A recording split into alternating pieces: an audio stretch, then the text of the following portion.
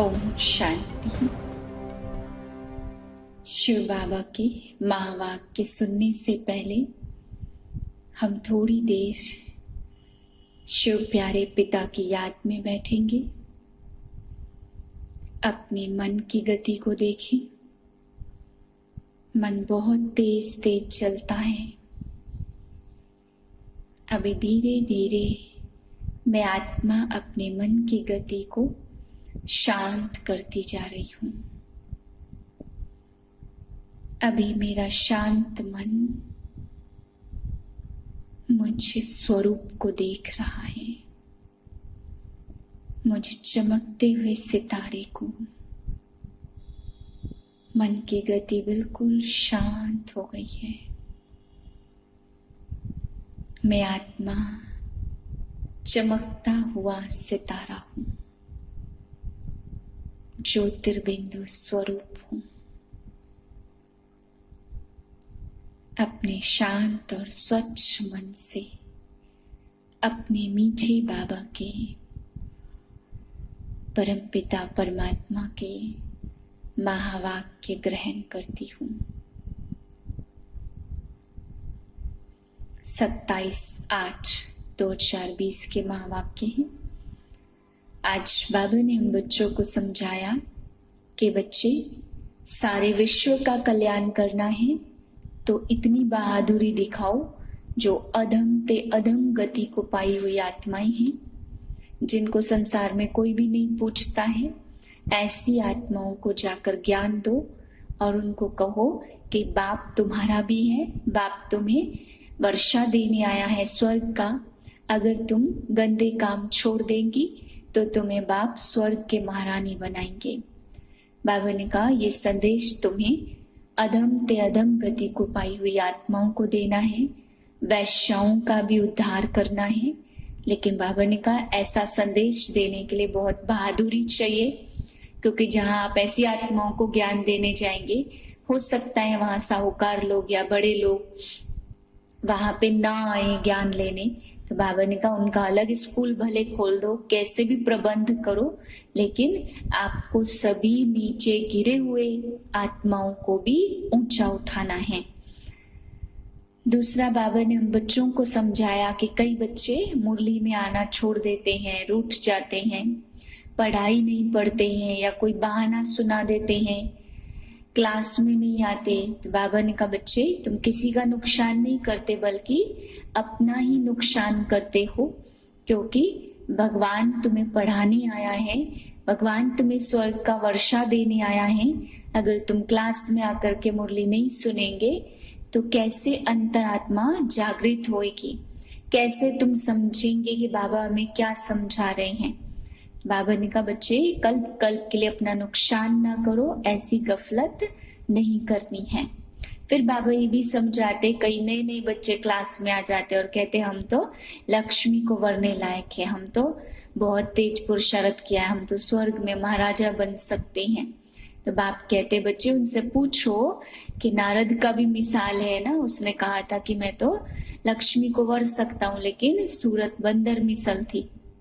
तो बाबा ने कहा हर एक बच्चे को चेक करना चाहिए, क्या हम लक्ष्मी नारायण जैसे बने हैं, क्या हम इतने गुणवान बने हैं जो हम स्वर्ग के महाराजा महारानी बन सके। मीठे बच्चे, बाप आए हैं इस वैश्यालय को शिवालय बनाने। तुम्हारा कर्तव्य है वैश्याओं को भी संदेश देकर उनका कल्याण करना है। प्रश्न है कौन से बच्चे अपना बहुत बड़ा नुकसान करते हैं। उत्तर है जो किसी भी कारण से मुरली पढ़ाई मिस करते हैं, वह अपना बहुत नुकसान करते हैं। कई बच्चे तो आपस में रूठ जाने के कारण क्लास में नहीं आते, कोई न कोई बहाना बनाकर घर में ही सो जाते हैं। इससे वे अपना ही नुकसान करते हैं, क्योंकि बाबा तो रोज कोई न कोई युक्तियां बताते रहते हैं। सुनेंगे नहीं तो अमल में कैसे लाएंगे। ओम शांति। मीठे मीठे बच्चे यह जानते हैं कि अभी हम विश्व का मालिक बनने का पुरुषार्थ कर रहे हैं। बल माया भी भुला देती है, कोई कोई को तो सारा दिन भुला देती है। कभी याद नहीं करते जो खुशी हो। हमको भगवान पढ़ाते, यह भी भूल जाते हैं। भूल जाने के कारण कोई भी सर्विस फिर नहीं कर सकते हैं। रात को बाबा ने समझाया, अधम ते अधम जो वैश्याएं हैं उनकी सर्विस करनी चाहिए। वैश्याओं के लिए तुम ऐलान करो कि तुम बाप के ज्ञान को धारण करके स्वर्ग की महारानी बन सकती हो। साहूकार लोग नहीं बन सकते। जो जानते हैं, पढ़े लिखे हैं, वह प्रबंध करेंगे उन बिचारी को भी ज्ञान देने का। वह बहुत खुश होंगी क्योंकि वह भी अबलाई है ना। उनको तुम समझा सकते हो। युक्तियां बहुत समझाते रहते। बोलो तुम ही ऊंचते ऊंच, तुम ही नीचते नीच बनी हो। तुम्हारे नाम से ही भारत वैश्यालय बन गया है। फिर तुम शिवालय में जा सकती हो अपने पुरुषार्थ से। गरीबों का ही भगवान है ना। पैसे के लिए बहुत गंदा काम करती है, उन्हों का जैसे धंधा चलता है। अभी बच्चे कहते हम युक्तियां निकालेंगे सर्विस वृद्धि को कैसे पाए। कोई बच्चे कोई न कोई बात में रूठ पड़ते, पढ़ाई भी छोड़ देते हैं। यह नहीं समझते कि हम नहीं पढ़ेंगे तो अपना ही नुकसान करेंगे। रूठ कर बैठ जाते हैं। फलानी ने यह कहा, ऐसे कहा, इसलिए आते नहीं हैं। हफ्ते में एक बार मुश्किल आते हैं। बाबा तो मुरलियों में कभी क्या राय, कभी क्या राय देते रहते। मुरली सुनना तो चाहिए ना। क्लास में जब आएंगे तो सुनेंगे। ऐसे बहुत है, कारणे अकारणे बहाना बनाए सो जाएंगे। अच्छा आज नहीं जाते हैं। अरे बाबा ऐसी ऐसी अच्छी पॉइंट सुनाते, सर्विस करेंगे तो ऊंच पद पाएंगे। यह है पढ़ाई। बनारस हिंदू यूनिवर्सिटी आदि में शास्त्र बहुत पढ़ते हैं। दूसरा कोई धंधा नहीं होगा तो शास्त्र कंठस्थ कर सत्संग शुरू कर देते हैं। तो बच्चों को अधम ते अधम की सर्विस करनी है। साहूकार लोग जब देखेंगे यहाँ ऐसे ऐसे आते हैं तो उनके आने की दिल नहीं होगी। देह अभिमान है ना, उनको लज्जा आएगी। अच्छा तो उनका अलग से स्कूल खोल दो।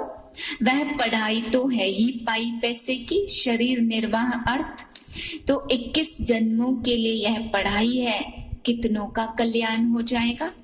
अक्सर करके माताएं भी पूछती हैं, बाबा घर में गीता पाठशाला खोले। उन्हों को ईश्वरी सेवा का शौक रहता। पुरुष लोग तो इधर उधर क्लब आदि में घूमते रहते हैं। साहूकारों के लिए तो यहाँ ही स्वर्ग है। कितने फैशन आदि करते रहते, लेकिन देवताओं की तो नेचुरल ब्यूटी देखो कैसी है, कितना फर्क है। वैसे यहाँ तुमको सच सुनाया जाता तो कितने थोड़े आते, सो भी गरीब। उस तरफ झट चले जाते, वहां भी श्रृंगार आदि करके जाते हैं। गुरु लोग सगाई कराते हैं, यहाँ किसकी सगाई कराई जाती है तो भी बचाने के लिए। काम चिता पर चढ़ने से बच जाएं, ज्ञान चिता पर बैठ पद्मा पदम भाग्यशाली बन जाए।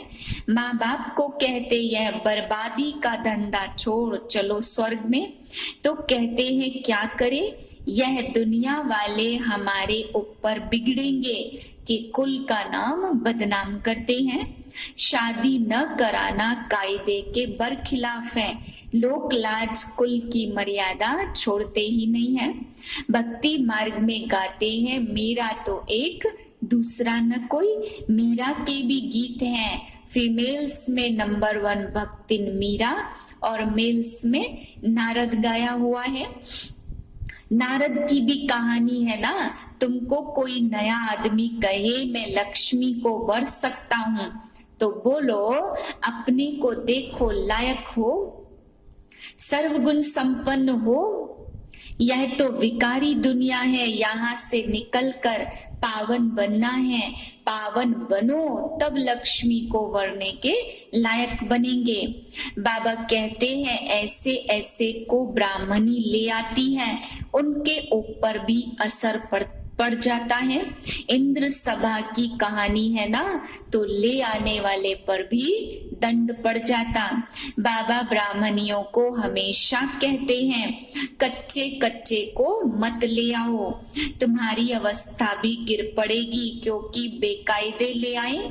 वास्तव में ब्राह्मणी बनना है बहुत सहज, 10-15 दिन में बन सकती है। बाबा किसको भी समझाने की बहुत सहज युक्ति बताते हैं। तुम इन विकारों को छोड़ो तब स्वर्गवासी बन सको। आजकल वानप्रस्थ अवस्था में इतने नहीं जाते, वानप्रस्थ में भी मोह की रग जाती रहती है, फंसे रहते हैं। आगे वानप्रस्थियों के बहुत बड़े बड़े आश्रम थे, आजकल इतने नहीं हैं। 80-90 वर्ष के हो जाते तो भी घर को छोड़ते नहीं हैं। समझते ही नहीं वाणी से परे जाना है। सर्वव्यापी कह देते तो फिर याद किसको करे। बाप तुमको पुजारी से पूज्य बनाते 21 जन्म के लिए तो पुरुषार्थ करना पड़े। बाबा ने समझाया यह पुरानी दुनिया खत्म होनी है, अभी हमको जाना है घर। बस यही तात रहे, वहां क्रिमिनल बात होती नहीं है। तो अधमों का उद्धार करने के लिए बहुत बड़ी बहादुरी चाहिए। उस गवर्नमेंट में तो बड़े बड़े झुंड होते, टिप टॉप हो जाते पढ़े लिखे। यहाँ तो कई गरीब साधारण हैं, उनको बाप बैठ ऊंचा उठाते हैं। चलन भी बड़ी रॉयल है। रॉयल चाहिए, सर्विसेबल लाडले बच्चों को तो नैनों पर बाप बिठा कर ले जाते हैं। उस पढ़ाई में कोई बड़ा इम्तिहान पास करते तो कितना टिप टॉप हो जाते हैं। यहाँ तो बाप गरीब निवाज है, गरीब ही कुछ न कुछ भेज देते, 1-2 रुपये का भी मनी ऑर्डर भेज देते हैं। स्वर्ग में तो तुम्हें सब कुछ मिलना है। बाप कहते जो तुम थोड़ा भी करते तो तुम महान भाग्यशाली हो। स्वर्ग में सब कुछ मिलता है। बाबा को तो सर्विस में बड़े फुर्त बच्चे चाहिए, सुदेश जैसी, मोहिनी जैसी, जिनको सर्विस का उमंग हो। तुम्हारा नाम बहुत बाला हो जाएगा, फिर तुमको बहुत मान देंगे। बाबा सब डायरेक्शन देते रहते। बाबा तो कहते हैं यहाँ बच्चों को जितना समय मिले उतना याद में रहो। इम्तिहान के दिन नजदीक होते हैं तो एकांत में जाकर पढ़ते हैं ना। प्राइवेट टीचर भी रखते हैं, हमारे पास टीचर तो बहुत हैं, सिर्फ पढ़ने का शौक चाहिए। बाप तो बहुत सहज बतलाते, सिर्फ अपने को आत्मा निश्चय करो। यह ज्ञान एक ही बार मिलता है, सिर्फ सतयुग से कलयुग अंत तक यह किसको भी नहीं मिलता, तुमको ही मिलता। हम आत्मा हैं, यह पक्का निश्चय कर लो। बाप से हमको वर्षा मिलता है। याद अंदर में रटते रहे तो भी बहुत कल्याण हो सकता है, परंतु चार्ट रखते ही नहीं है, लिखते लिखते फिर थक जाते।